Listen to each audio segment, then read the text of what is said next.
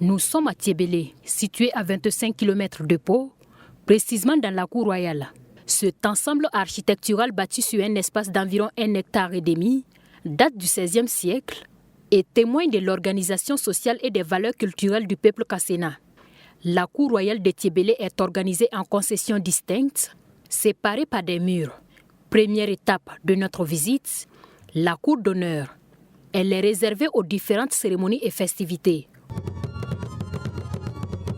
Tout près à environ 150 mètres, ce petit cimetière où sont enterrés les membres de la famille royale. Donc interdit de marcher sur ces pierres. Selon le guide de la cour, une seule tombe peut contenir entre 80 à 100 personnes. Il suffit juste s'il y a un décès, le croque-mort descend à l'intérieur, il met les os de côté et on fait venir le précédent.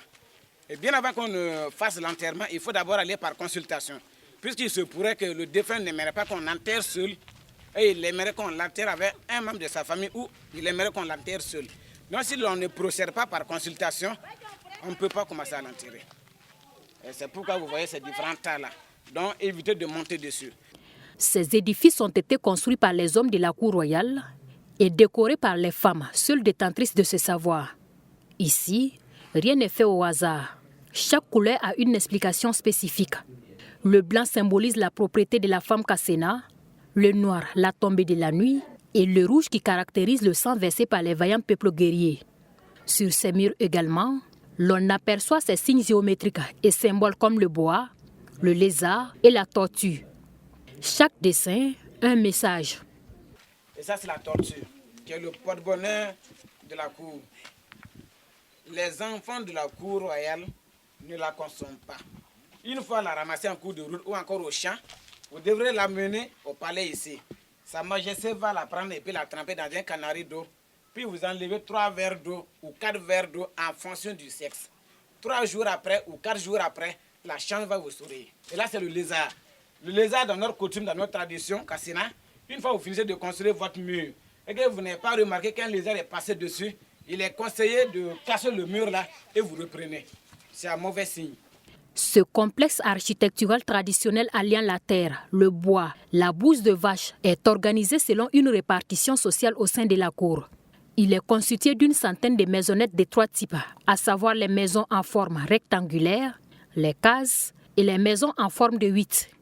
Les cases sont pour les célibataires. Les maisons en forme rectangulaire sont pour le jeune couple. Et les maisons en forme de 8 sont pour les mamies et les petits-enfants. Et cette maison en forme de 8, la construction, elle est différente de la construction d'aujourd'hui. Au temps passé pour construire la maison en forme de 8 ou encore nos différentes maisons, il faudrait malaxer la terre, bien la malaxer avec la sonde du mil et du maïs. Une fois bien malaxée, vous enlevez une boule de la terre malaxée, vous mettez dans un seau d'eau déposé.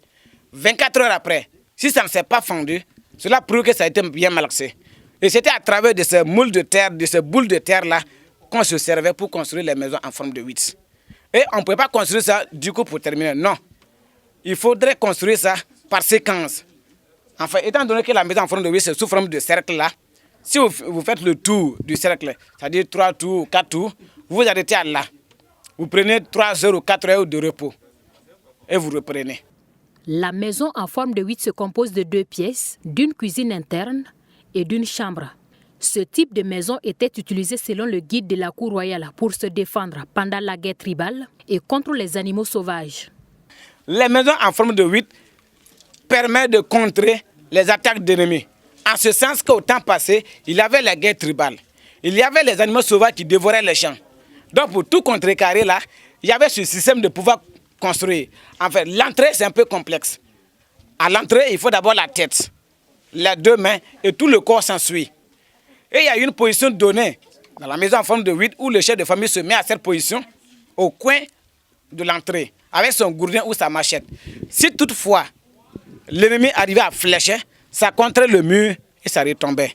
Ou si l'animal sauvage arrivait à mettre la tête pour vouloir rentrer, le chef de famille qui est mis à position avec sa machette ou encore son gourdin, il arrache la tête de l'animal.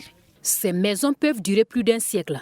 Kayet Tentama, doyenne d'âge des femmes de la cour royale de Tiébélé et par ailleurs trésor humain vivant burkinabé âgé de 84 ans, y habite depuis l'âge de 20 ans. Une maison que lui a léguée sa belle-mère après son mariage dans la cour royale et qu'elle entend confier à son tour à sa belle-fille. La maison en forme de 8 appartient à ma belle-mère. Je suis venu me marier ici, et je l'ai trouvée, c'est elle qui l'entretenait.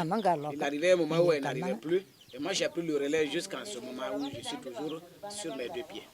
Si on ne l'entretient pas, ça ne peut pas donner.